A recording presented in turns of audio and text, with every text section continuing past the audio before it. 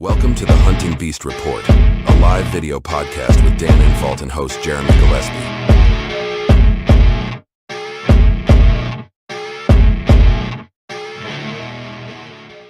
Today's podcast is brought to you by Stealth Outdoors. The off-season's a great time to rehab your gear, so head on over to Stealth Outdoors at www.stealthoutdoors.com to pick up some climbing stick wraps, cam buckle covers, platform cable wraps, or stealth strip rolls for all of your miscellaneous silencing needs. Today's show is also made possible by Hunting Beast Gear, innovators in mobile hunting gear and the designers of the Beast Sticks and Beast Stand. Check out the latest products at www.huntingbeastgear.com. And now, on to the podcast. Okay, we're back. We're live. Today we got a special guest, Alex Cerveniak. Alex, hopefully I said your last name right again. You did. Yeah, all right. And as always, joined by Dan Infalt and Ashley Covert. Dan, how are you doing today? Good, real good. Nice. And Ashley, I see you got your new bow in the background there, so you're getting geared up. Better late than never, right?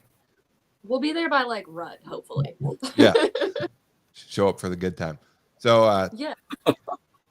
Dan, you brought to my attention that Alex had a thread on the forum called Throwing Darts. And so we're going to talk about mobile hunting and the power of mobile hunting. And Dan, why don't you set us up? Because you often say that a lot of guys would be better throwing a dart at the map. And that's kind of how this whole thing originated. So Dan, lead us into it. And then we'll talk to Alex for a second. Yeah, really the whole thought behind it is that people get a mindset where they really they think about a certain way deer should be. And it's not necessarily reality, it's just what we've been trained to think, basically by other people, you know, by people's thoughts and communications and stuff. And people have a way of believing deer move in a certain way and stuff, but if they did, if mature bucks did, people would kill them all the time. So I think a lot of people like hunt funnels, hunt rub lines, hunt scrapes, and stuff like that, and kind of overhunt it. And I think those mature bucks get big by finding niches where people don't go. And the whole theory behind the throwing a dart at a map thing is it forces a guy to go outside of those zones. It forces him to go wherever that dart lands. And I've often found those real big bucks on accident in places where they just don't seem to belong, where there's no sign, the cover isn't quite what you'd think. There's usually something there where, yeah, a buck could live here, you know, but it's not the spot where you'd stop and set up. So I think that, you know, your average guy, the way they think about hunting, I really do believe the average person would do better by throwing a dart at a map and wherever it landed hunting, rather than hunting the traditional way of the rub line scrapes and funnels over and over again. And Alex, you took that to heart this year. You started a thread on the Beast where you said that's basically going to be your approach. You're going to throw darts. So walk us through your process. How did you select a spot at random or as random as possible? And what were some of the rules you made for yourself? Yeah, so I basically what I did was I'd open up Onyx on my phone, open up the Onyx app, kind of zoom out so my full hunting area was on the screen. And then while I was driving to my hunting spot, I'd just kind of look away and double click my thumb, and wherever that pin fell, that was kind of the area that I was going to focus on that night. So I'd basically make the plan while I was driving to my spot. It's a pretty good drive from where I live to where I hunt. So I got a little bit of time to kind of think about, you know, how I want to access and, you know, kind of use my past experience in the area to kind of guess what I'm going to be walking into. We'll get into it, but the first spot I went to was a place that I was very familiar with. Not so much the other ones, but yeah. And then as far as the rules go, I gave myself a couple rules. So if I ran into hot sign on the way to a spot, I could kind of audible and, you know, let that sign take me wherever it took me. I just don't have the discipline to walk past like some really good hot sign. It's just too hard to not, you know, just stick to the plan. And then the other rule I gave myself was if if I got to where the pin was and it was just like, wide open timber or something like that, I can't sit there and waste a hunt in a place like that. So I gave myself like 100-yard window, somewhere in that area, not like a firm rule or anything. I wasn't like, measuring, pacing it out from the spot or anything Sure. like that, but I just needed to be in that general area and try and figure out how to hunt that spot that particular evening. And then for people that don't know, you're in what a lot of people would call like a big woods type environment, correct?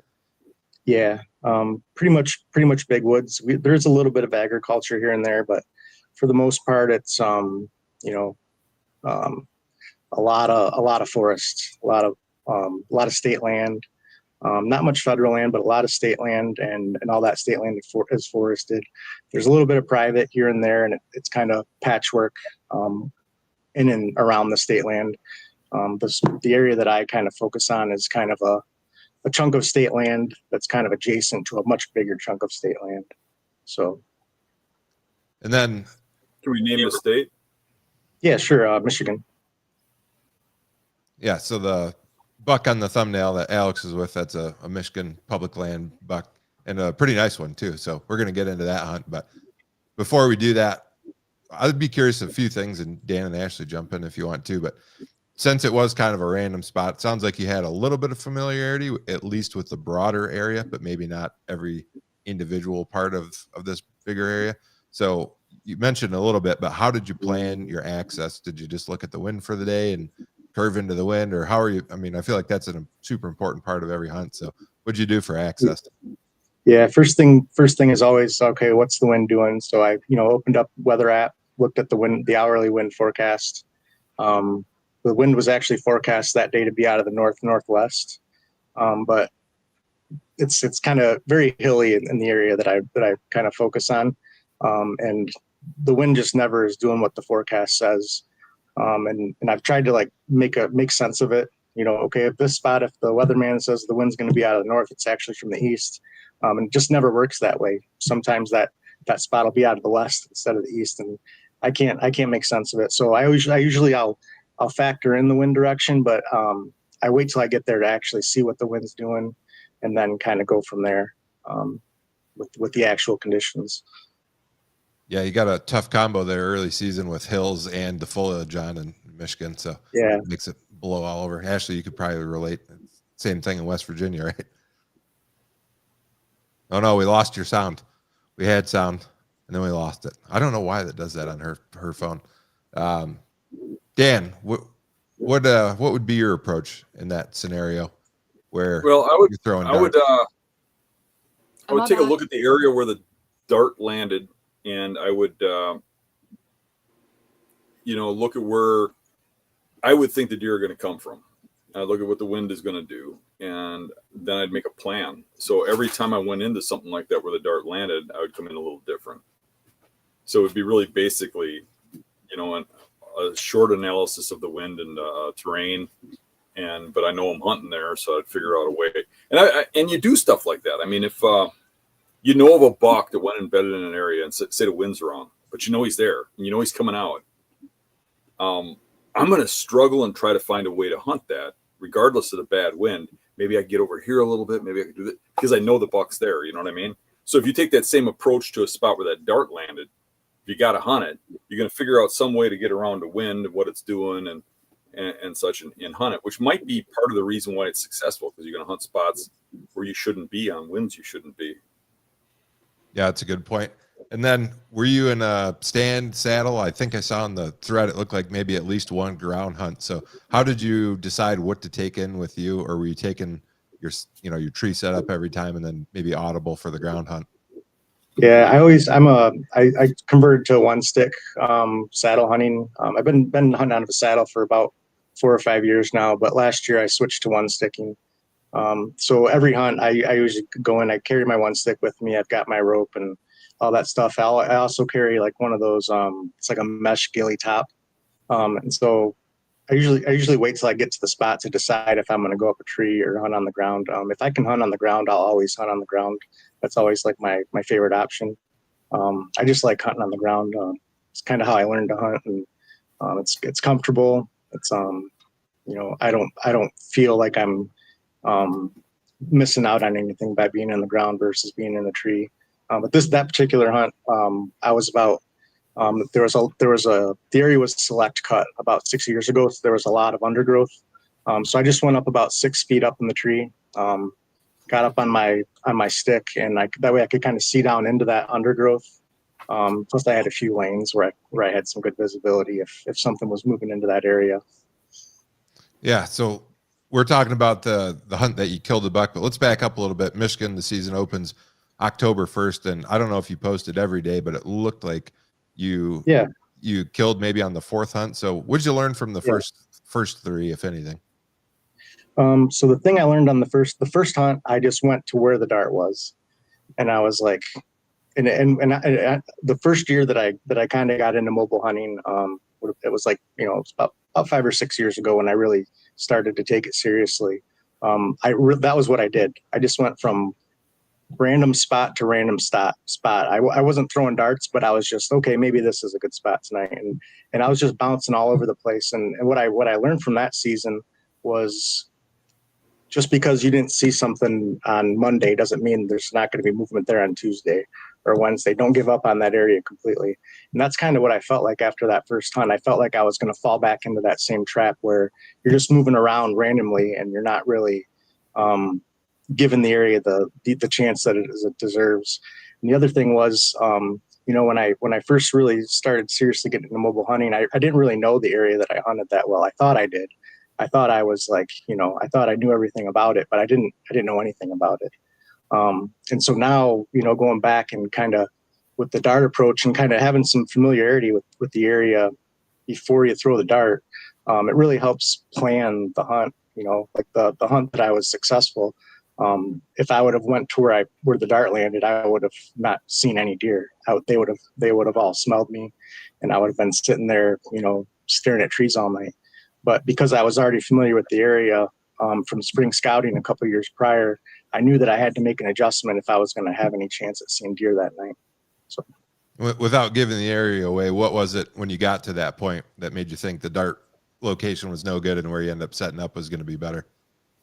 Yeah, just the lay of the land. So where it landed, it's kind of a picture a long ridge, and the top of the ridge is very flat, select cut.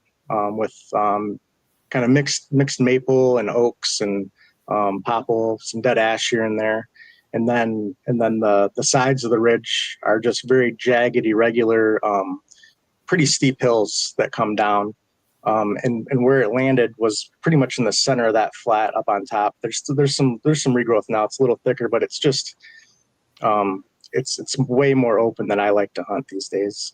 So I just didn't want to be sitting there in the open, and I didn't want to be upwind of where I had determined from scouting where the main bedding area was in that little zone on the map.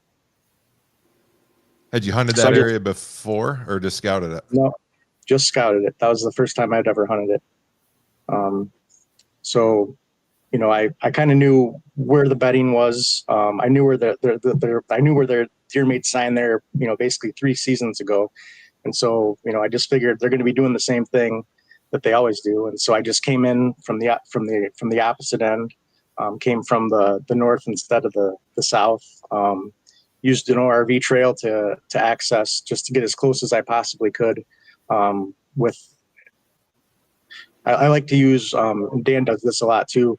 I like to use ORV trails, hiking trails, that kind of thing, and get as close to where I'm going as I can, just because animals are used to human scent on those trails. And then I just kind of, the ORV trail kind of parallels a very steep bank up onto this ridge that I was hunting.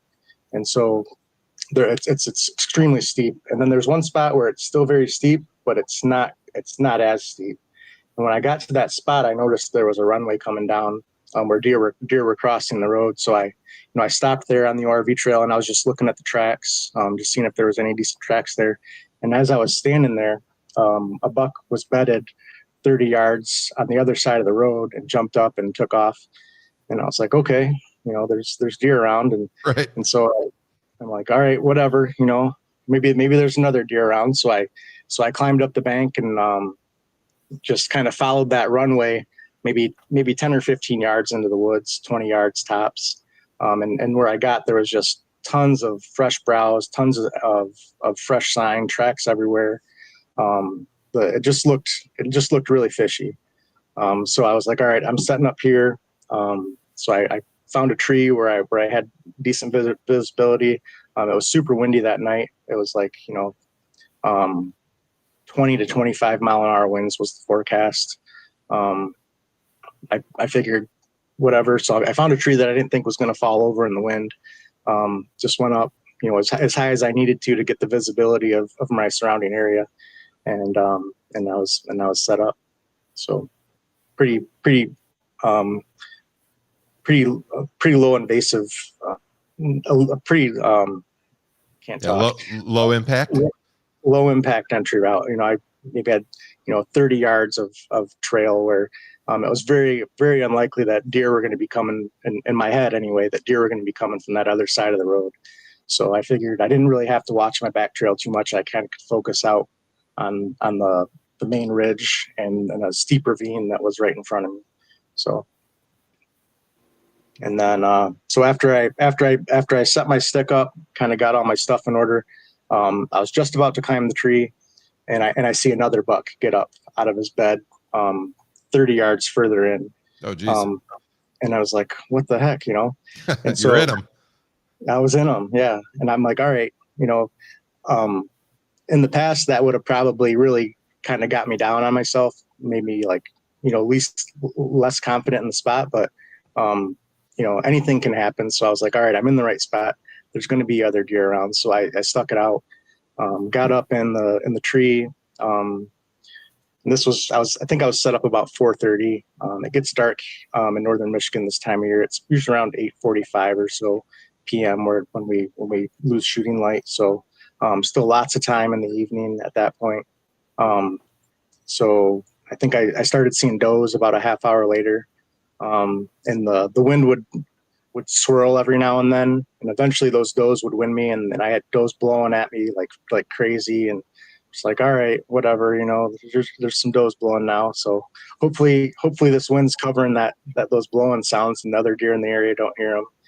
And then just a little bit later, I see another deer. It was kind of facing right from my position, and its head was down. And at first I thought it was, browsing or whatever. And then I kind of saw it doing some head shake stuff, and I realized it was sparring with another buck. And just after I realized that, the other buck kind of pushed it backwards, and they were both in view at that point. The other buck was the buck that I eventually shot. And I was like, all right, that's a nice buck. I'll shoot him for sure if I can get the chance. And so they were kind of moving around in this area. And it's funny, this area where the deer were, all the deer were really concentrated in this one little spot. And what I realized after everything was said and done was that in this one little spot, it's at the top of this really steep ravine, blowdowns, like really rugged, really nasty stuff. And at the very top of it, kind of where the ravine kind of pinches together and flattens out, there was this little ditch, maybe 3 feet deep, that went down that ravine. And that's where all those deer would go to, was that little ditch for whatever reason.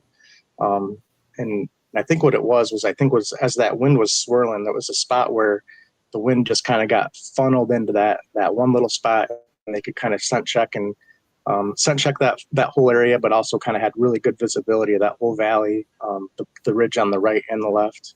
And it was just very ton of sign there when I eventually got there later on.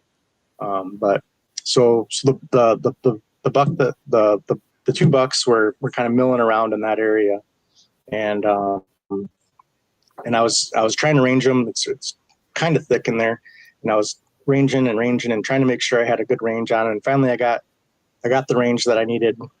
Took a shot right under his belly. It's like, crap, so he takes off, the little buck takes off, and I'm sitting there and it's like, all right, well, maybe I'll get another chance. It was still early. I think at that point it was like, 5:30, 5:45. Maybe your pushing glass got full for sure. Yeah. Yeah. I mean, what are you going to do? Right. Right. So, about I don't know, 5 after 6, 10 after 6, the bigger buck came back. My best guess is, yes, there was this unnatural sound that spooked them both, but they had no idea what it was. It was super windy. There's sticks falling. There's all sorts of weird sounds in the woods that night, so they had no idea what was going on. So he came back, went right back to that little ditch at the top of the ravine and was just kind of sitting there, scent checking the area. Just stood there for the longest time. And then he kind of it was almost like he was just going to run right at me. He started running and he came, probably 15 yards closer. So then he was in my range, and then he stopped again, and he was kind of looking kind of in my direction, but I didn't really, he was kind of quartering to, and there was a lot of stuff in front of him. I really couldn't, it was actually really hard to relocate him where he was standing. I could just, every now and then I could see one of his antlers popping up through some of the brush. And then he kind of went back towards that little ditch. And I got a good range on him. He was really sharp quartering away, shot him, did a little J hook and took off.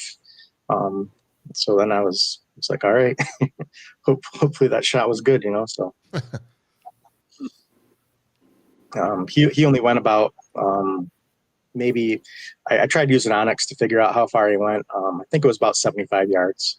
It was a really one of those, I'm using rages this year. And it was a stereotypical rage blood trail. So, just walked it right to him.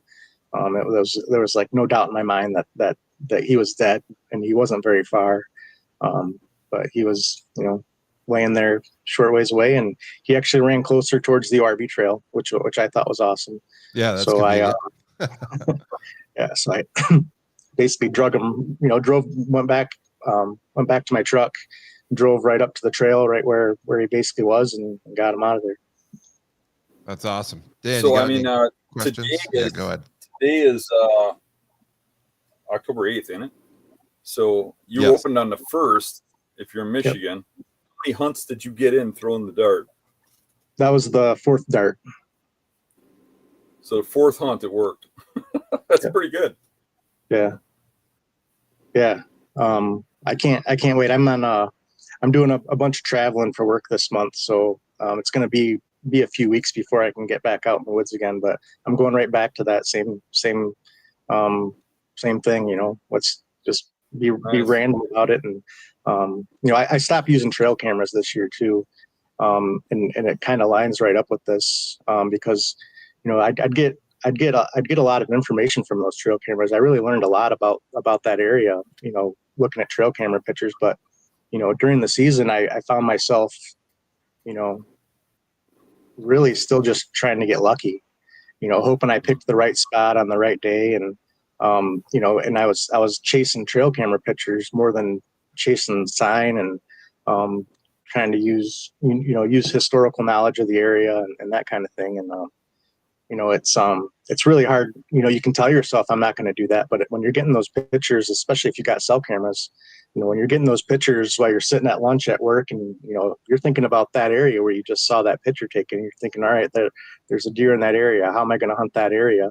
And that's probably not the area you want to be, because that deer has already been in that area. He's done with that area at that point, And I've never in the area that I hunt, I've never had where I'm getting a picture of a particular deer using the same trail every day at the same time or something like that.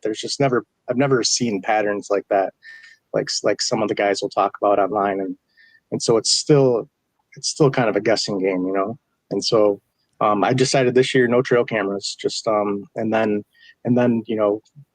decided to try this throwing darts thing. And it's really fun. It's a really fun way to hunt.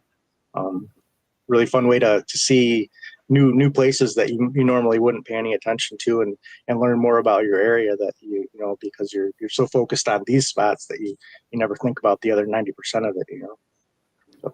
Yeah, it kind of goes hand in hand with some other ways we hunt. Like a lot of times I'll go to an area like as a guest or something and hunt an area with other people.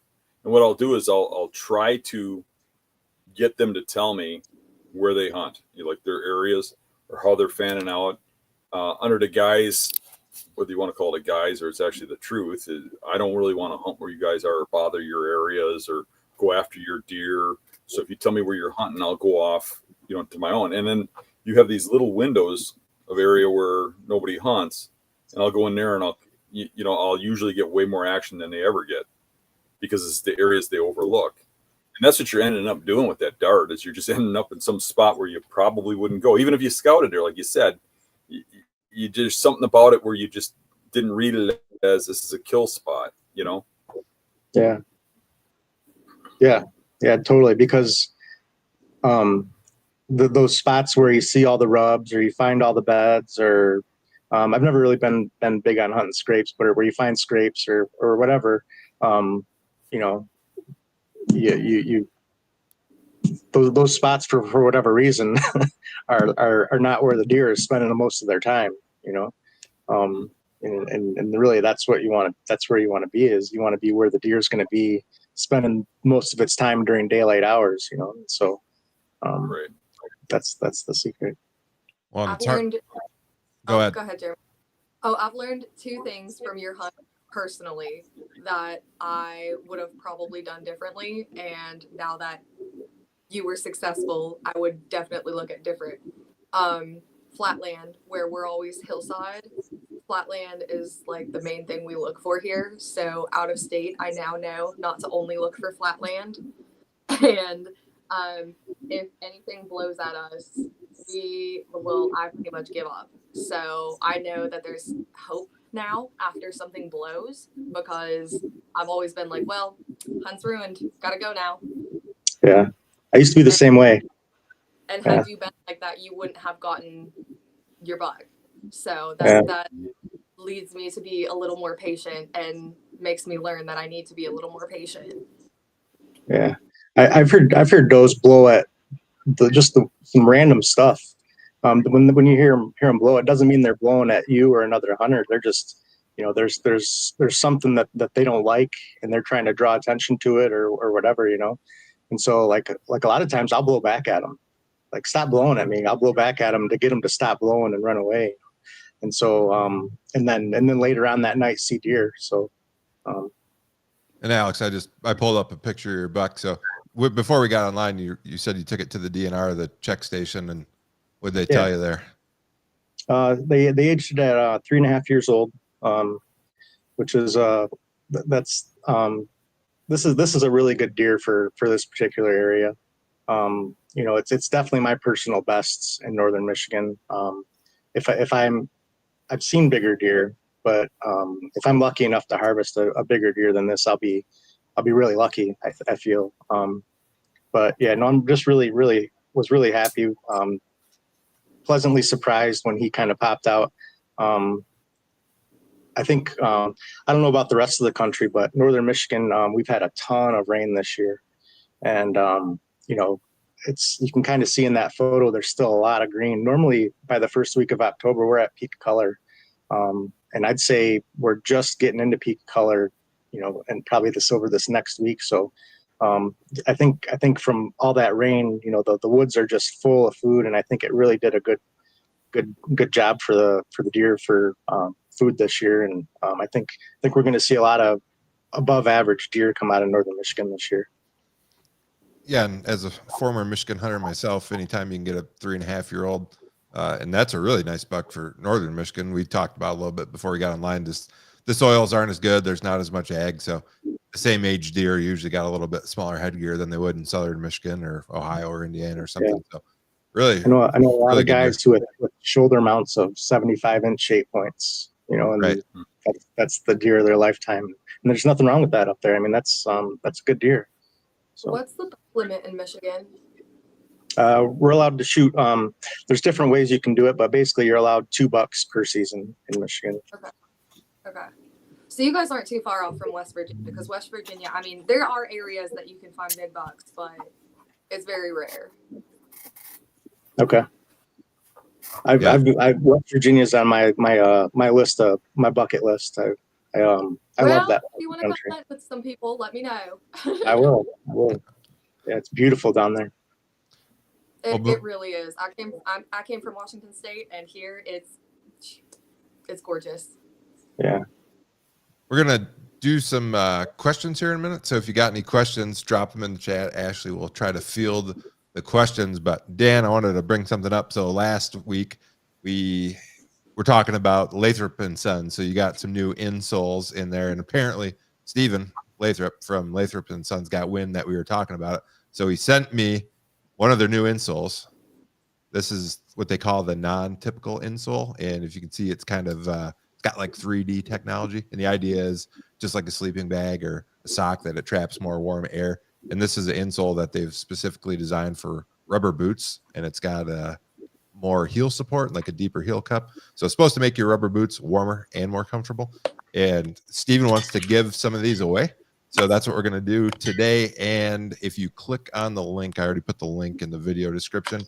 In December, if you join Lathrop and Sons mailing list, which is what the link is, they're going to give away a pair of one of their boots, this insole, which is called the non-typical. So if you want to pick one up before December, non-typical. And then they also have, which I have in my hunting elk boot, this Synergy insole. This is like gel. This thing's super comfortable. So big fan of those. But there are links in there, but I want to give a real quick overview. So every live show we do for the rest of October, we're going to give away a pair of the non-typical. That's the one for the rubber boots.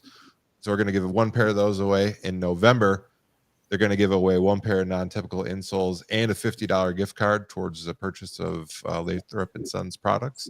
And then December, they're going to do one pair of the non-typical insoles, one pair of the Synergy insoles, a $50 gift card.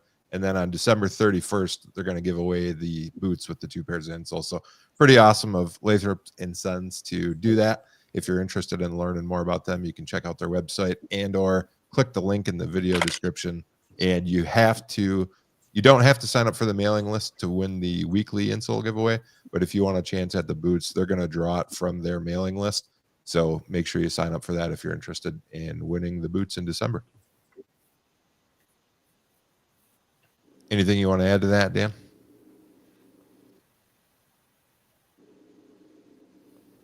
No, just great boots. I use them when I'm in hill country. I use them quite a bit in Nebraska.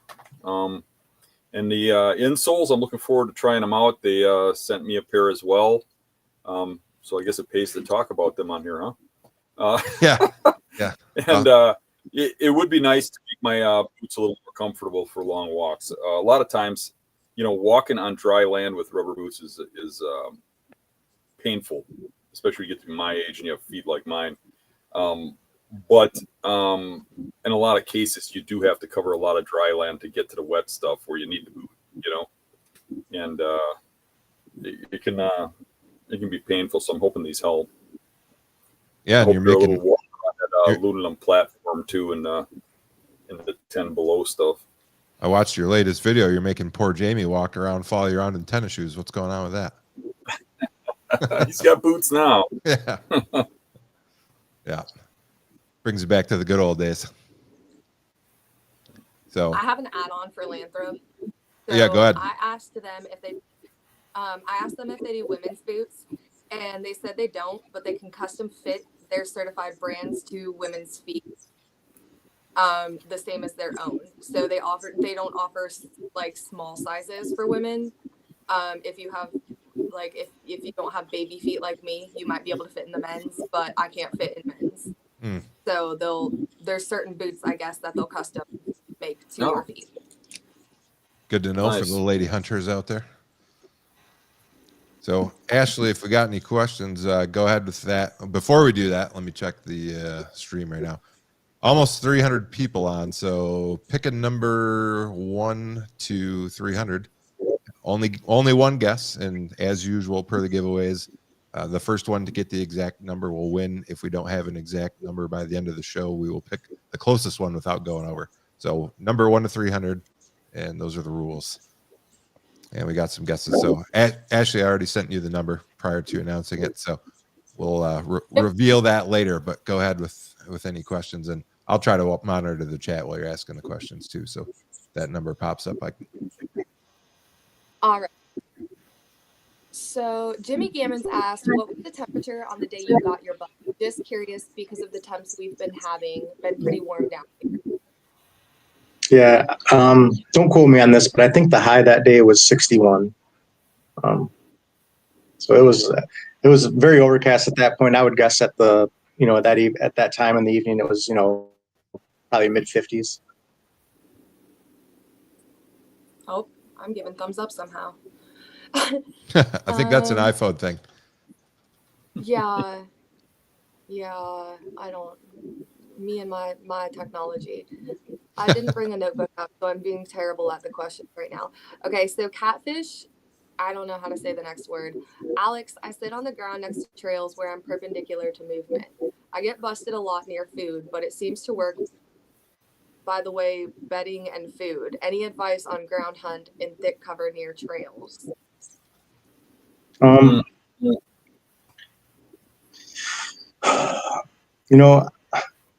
think the most important thing is and it's kind of a boring answer, but the most important thing is playing the wind, making sure that you're downwind or down thermal of where that trail is. And then the next most important thing is to make sure you have good back cover, something behind you to break up your silhouette. I'll be perfectly comfortable with nothing in front of me at all, and a good backdrop behind me to kind of break up my outline versus having a deadfall or something in front of me and having nothing behind me. So those are probably the two most important things I look for. The other thing I would recommend is I started using a ghillie jacket about 5 years ago, and it wasn't very expensive. I think I paid like $60 for it, and it's just a mesh jacket. I wear it over top of my other hunting clothes, and it's just crazy how I move through the woods pretty quietly when I'm going to a spot or whatever. And some of the stuff I'll walk up on, like I walked up on that second hunt of this season, I walked up on a coyote that was bedded. I got about 25 yards from it. And coyotes are super weary. And I walked right up to that thing, and it stood up and it looked at me for, a good 10 seconds before it bailed out of there. And the only reason it took off running was because I had a decoy in one hand and I had my bow in another hand, and I needed to figure out how to shoot this thing and free up a hand to do it. And I dropped the decoy on the ground, and as soon as I dropped the decoy, it took off running. So I've had that same experience with pronghorn, with whitetails. They look at you and they're like, what am I looking at almost, and it just buys you some time where they're trying to figure out what that is, So good, breaking up your silhouette is super important, I think. I would agree with all of that, but I would add that the thing they usually notice is your face, if you're motionless. I really love the back cover like you're talking. I mean, if you don't have back cover, they'll see your movement. But they pick out the face really well. So in a tree, I don't wear nothing on my face. I just use a bow limb or whatever. But on the ground, they see it so fast because they're looking at eye level that you're way better off with some sort of face mask or something on. Yeah. I definitely agree with that. I started wearing contact lenses too because I always thought my glasses were giving off glare, and that was hurting me too. But yeah, I'm wearing a face mask from the second I get out of the truck till I'm done hunting that night. Definitely big fan of face masks. They're a lot less shiny than the face paint is too, because for whatever reason, face paint seems to be overly shiny, and there's nothing that shiny in the woods. Yeah.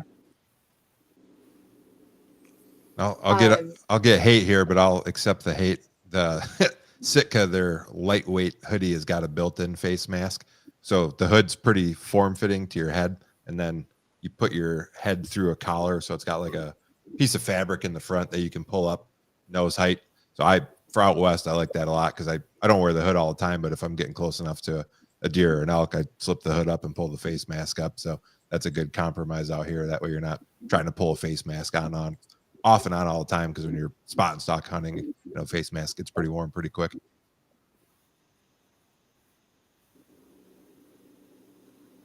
After they had the corona and Lyme situation, we ended up buying a bunch of face masks like gaiters for like 57 cents a piece. It was an amazing haul for hunting. I was like, all right, I'll take all of these. Yeah.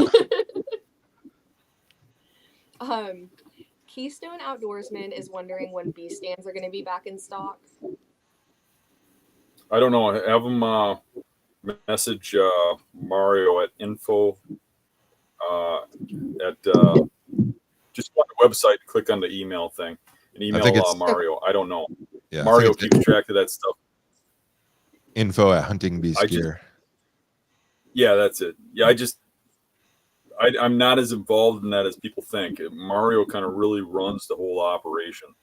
Okay. He's the man.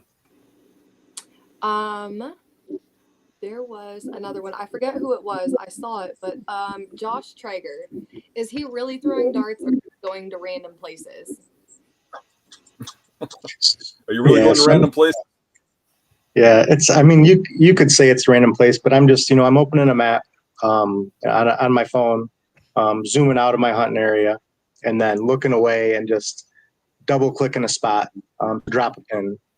So that's like I don't know, it's like the 21st century, or what century are we in now? Yeah, 21st century version of throwing darts, I guess. So what century? Alex, are you a time traveler? Where are we at? If we got any Microsoft Excel nerds, I was thinking about this earlier. So there's a formula on Excel where you can generate random numbers between certain values. You could put in like the corners of the property you hunt as the maximum and minimum longitude, I can't talk now either. Latitude and longitude, and you could generate random numbers that way. Or there's random number generators online, so you could do GPS coordinates randomly if you really wanted to. You're such a nerd. I am a nerd. you could use Chat GPT or whatever too. I was actually thinking about that. Basically giving Chat GPT uploading a map of my hunting area and say pick a spot, But so it's way easier just to look away from my phone on the way there and figure out where I'm going. I'm trying to be random, Dan. If you're 900 years old like me, you can just put a map on your wall for real and throw a dart. There you go. You got to spin in a circle 3 times first, though. Right. So I would imagine most hunters nowadays are like, "What's he talking about? If I threw a dart at a map, it would break my phone." Yeah. Oh my land. Steve DeNoyer, and I don't know if you're wanting to say, but what county in Michigan? Yeah, I'd prefer not to say. I'd say you don't have to answer that. Yeah, that's why I said he's wondering, but you don't have to. Oakland County. That one over in Michigan. Yeah. Yep, that one over in Michigan. It has the trees and the deer. Yeah. All right, I'm trying to catch up. If you see any before I do, Jeremy. Sure.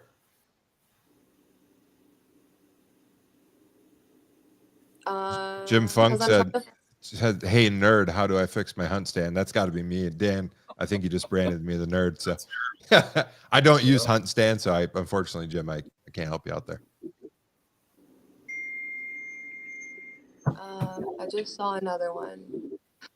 Brandon Sheldon was wondering if it was a long hike in to your Michigan buck.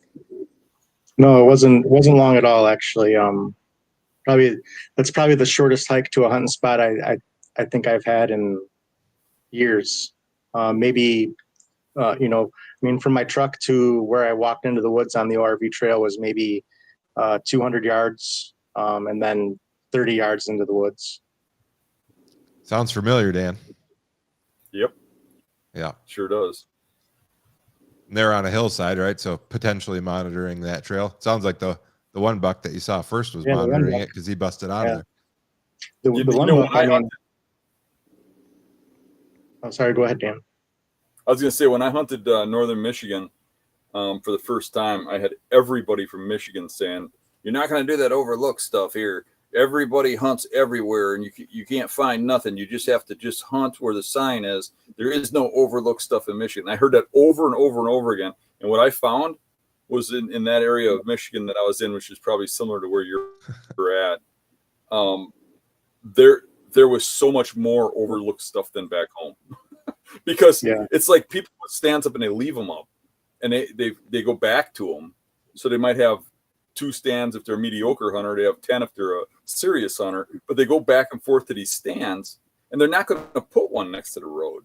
They're not going to put one, in that overlooked spot. You got to kind of have to hunt those spots randomly to to even find out if they're good, and there seems to me to be a lot of overlooked stuff in Michigan. Yeah, there absolutely is, no doubt about it. Dan, I'm genuinely offended by your Michigan accent impression. Do that one more. Do that one more time. That was good. I have a way of offending You're not gonna do that here. Racer Dave. Crack me up. Racer Dave asked, Trout, what was the biggest factor you going from just learning beast tactics to where you are today? It's a good question. I think the thing that's helped me the most is spring scouting.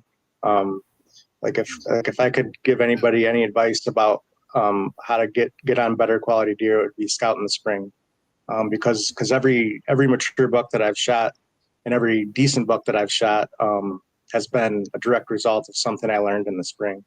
It might not have been that exact year that I learned it, but eventually it paid off. Yeah, I would go on to say that spring scouting does just teach you spots. Even if you were going out and just walking through a park, like you're on a trip or something, and you see a park and you got nothing to do while you're waiting for your wife to look at antiques or something. You walk through that park and look at the bedding and stuff and how it relates. Every time you look at that stuff, it teaches you so much more than reading something online or, dare I say, even listening to a podcast. That actual walking through the woods and looking at that stuff in the spring is just so eye-opening. I mean, you can, especially if you're in the north up here, where we have snow on the ground and stuff, when the snow melts, everything's like preserved. You can see exactly what was going on. And whether or not you hunt that spot or not, you're going to learn a lot about how deer travel, how they bed, how they're using their beds to see people access, how they're using them to smell. At least if you have any kind of brain on you, that I'm sure there's some people that just look, oh, there's a bed, there's a trail, and they keep walking. But anybody that's a thinker and looks at that stuff is going to start having wow factors and being like, holy crap. I mean, Trout, I don't really think about your real name because that's how I know you on the forum. But you have to remember back when you did your first spring scouting, wasn't there a wow factor? Like, holy crap, this stuff really does work. Yeah, absolutely. It was I can still remember that first trip. Like right now, I can remember the route I took. I remember what I saw. It definitely was a wow factor, and just learned so much about an area that I thought I already knew like the back of my hand. And you realize, wow, I really didn't know anything about this area, because you're going to all those places that you weren't allowed to go to during the season, and you're seeing, kind of what's behind the curtain. Right. That's one of the biggest things is being able to hunt a season in a spot and be like, what is really going on here? And you don't quite know. Like you're taking a guess. I think he's coming from here. I think he's coming. You see him move out over here. To go back into spring when it's free game and just walk in there. Let's see where the heck he was coming from. Was he really there? Was he over here? What was he doing? How was he holding up in there? And everything will be there like a map. You can just go in there and read it. Yeah. I would say the second thing, right behind spring scouting is just having a positive attitude, and not just like a fake positive attitude, but just generally being having a positive outlook on whatever the negative situation that the woods throw at you. Just, okay, it is what it is, and you just got to deal with it and move on, and don't let it affect how you're thinking, because I really not to get all like spirit of the wild or anything like that, but like there's a lot of benefit from being confident out there, and you can't be confident if you're letting things get you down all the time. You just gotta, okay, these are the cards I'm dealt, and play that hand the best you can, and a lot of times, because if you don't do that, you're going to give up, and you're not going to be, maybe you're going to be playing on your phone while you should be looking over your shoulder, or maybe you're going to leave your stand 15 minutes early or whatever, just always feel like you're in the right spot. And if you don't feel like you're in the right spot, stop hunting there and go get in where you think the right spot is. And that way you'll have the confidence in that spot, Yesterday, I've been hunting this buck that I found, and I put a camera in a funnel, and I found a buck in this woodlot, and the woodlot's fairly small. I know he's living right there somewhere, so I got 2 pictures of him, and based on the timing of those pictures, I was trying to figure out where he was, and where he was coming from. I found a little tiny oak flat with like 5 oak trees, and there ain't another oak tree around for miles, and they're dropping. And there's deer sign there like crazy, a giant rub, some scrapes and stuff. And I'm looking at that and I'm thinking, man, where's this buck coming from? And I circle the oak flat because it's swampy, looking for trails, and I find a trail coming out of there. And it's going to a spot I kind of suspected, this little finger that goes out into the swamp. So I go set up in there, and a duck hunter comes and pulls in right underneath me, even despite me wearing blaze orange, and starts blowing duck calls right underneath my stand. And I figure the duck season's been open a week. He hasn't done that before. He knew right where he was going when he pulled in. He had a spot and everything. So he'd been there before. So I was wrong on my assessment that that's where the buck was. So I go in there the next day, which was yesterday, trying to figure this out. Like, okay, he's got to be coming through here timing-wise and stuff. Where's he coming from? So I circled it, and I found this spot where a trail came out and went back towards the parking lot. And I get up there, and there's some rubs in there and stuff. And the sign looked a little old, but the trails were real heavy. And it looked like he could be coming out of a swamp that's on the private property right next to the parking lot behind a house and coming in there. And I kind of felt like, I don't think he is, but he could be. I gave it 10%. 90% sure this is going to be, I'm going to see nothing. 10%, I might kill the monster of my lifetime, right? So I climbed a tree, set it up. I had to remove a little branch, get the stand in the right position, get where I can see around. And I mean, I took some time setting this up, and I got up there, and I still didn't feel real confident, but I thought, he could be living here. He's got to be coming from somewhere. And I circled that oak flat. It's the only other place I could find a trail. So I'm sitting there, and it gets to be about just slightly more than 2 hours to closing. And I hear something behind me, and it's kids coming out of that house. And they got dogs and stuff, and they all run into the swamp and start playing behind me. And I'm thinking, there's no way this is a one-time thing. They're doing this every day. And this 90% went to 99.9% that deer ain't going to come out there.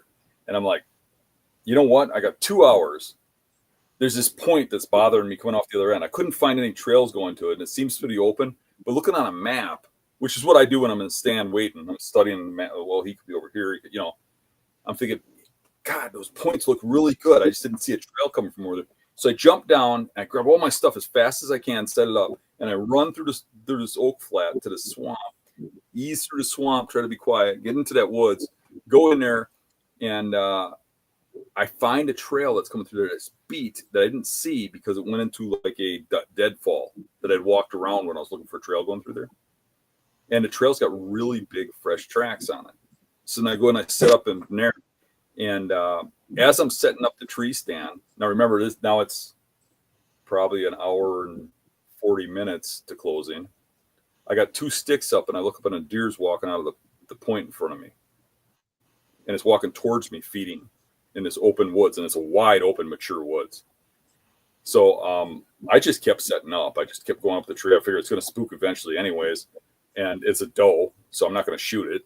So I went up the back of the tree to it, and I ended up setting up all my sticks and setting up the stand, 5 sticks up, and took my camera arm and hooked it onto my loop that hooks into the tree, and put the bow rope in my teeth and climbed up this tree while the deer's feeding up to about 40 yards from me, got into the stand, and just before I was going to pull the bow up, the deer spun its head around and looked back towards the point, got real nervous, and then ran past me. And it's a mature doe. It's not like a little springy, a year and a half old doe.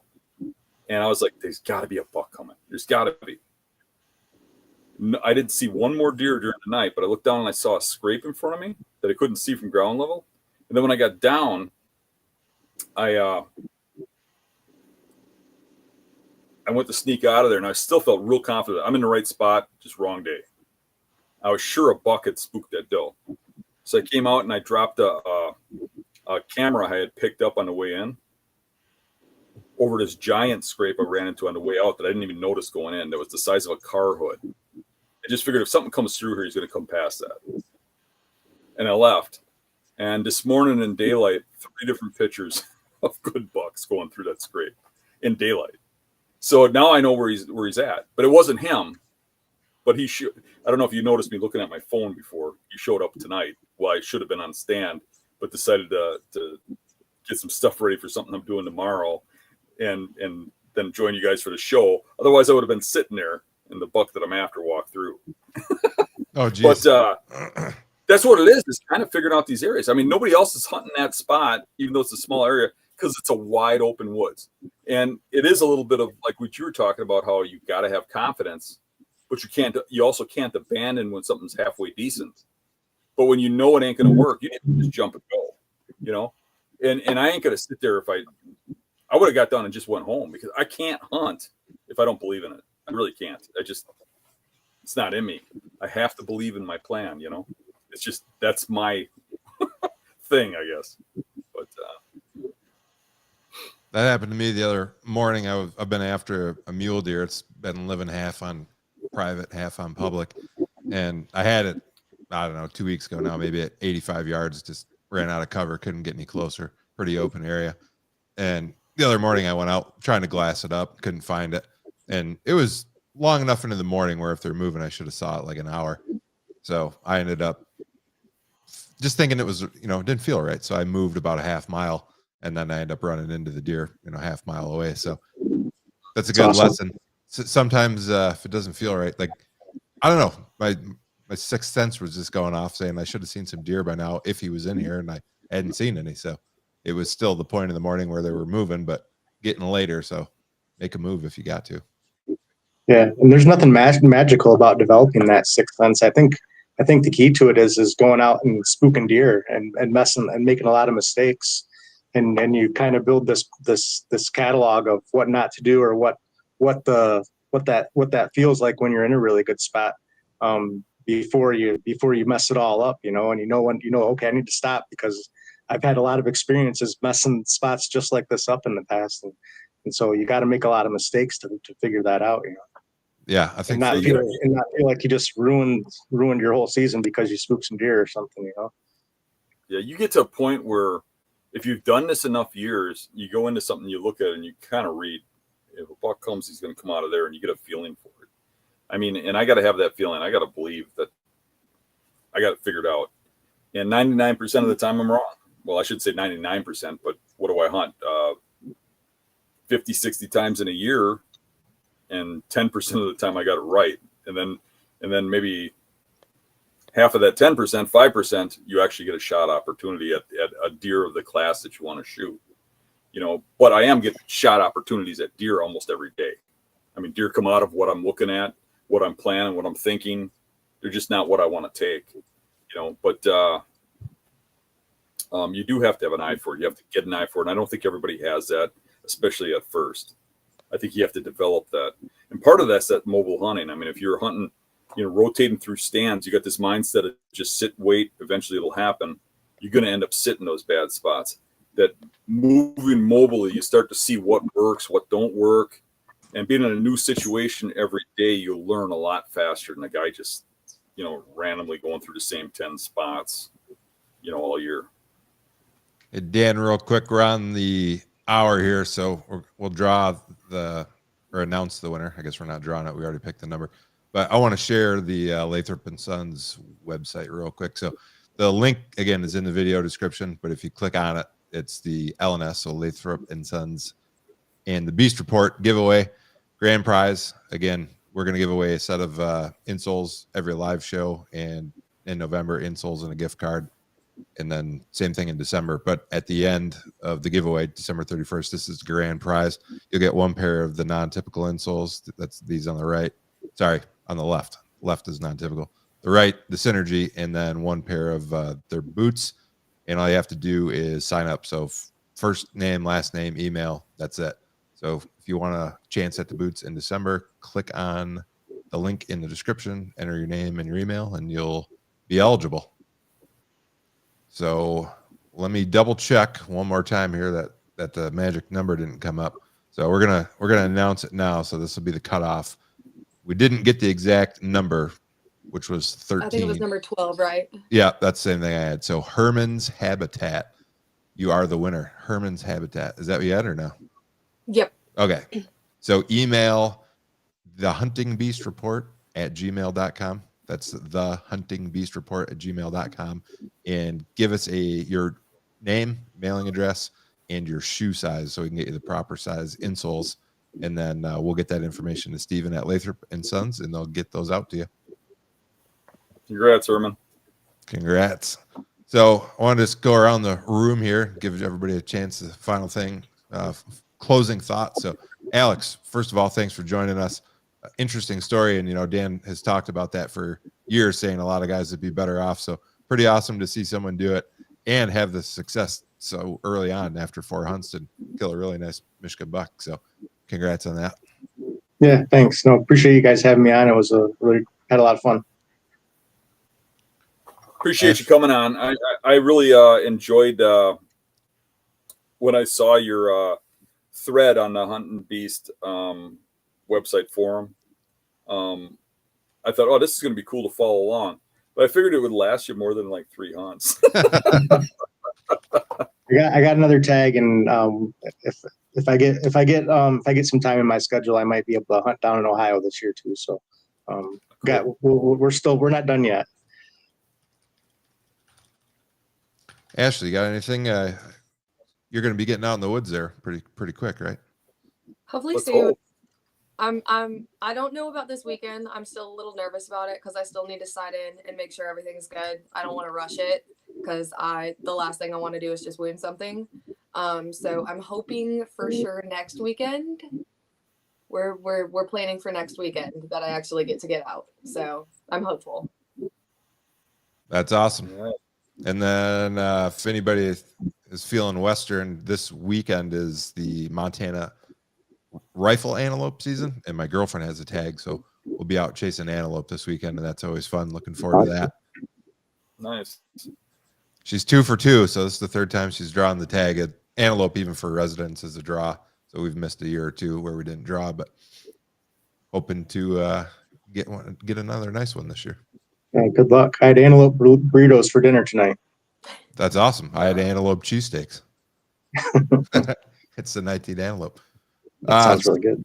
Yeah, so just want to thank everyone again for tuning in. Not going to shout out every member today, but I had tons of members on again. So thanks again for all the support there. And thanks to Lathrop and Sons, we'll be able to do some give back to the members and everybody that joins the live. It's not just members only. So Dan, I think, are you available next week? Are we going to be here next week?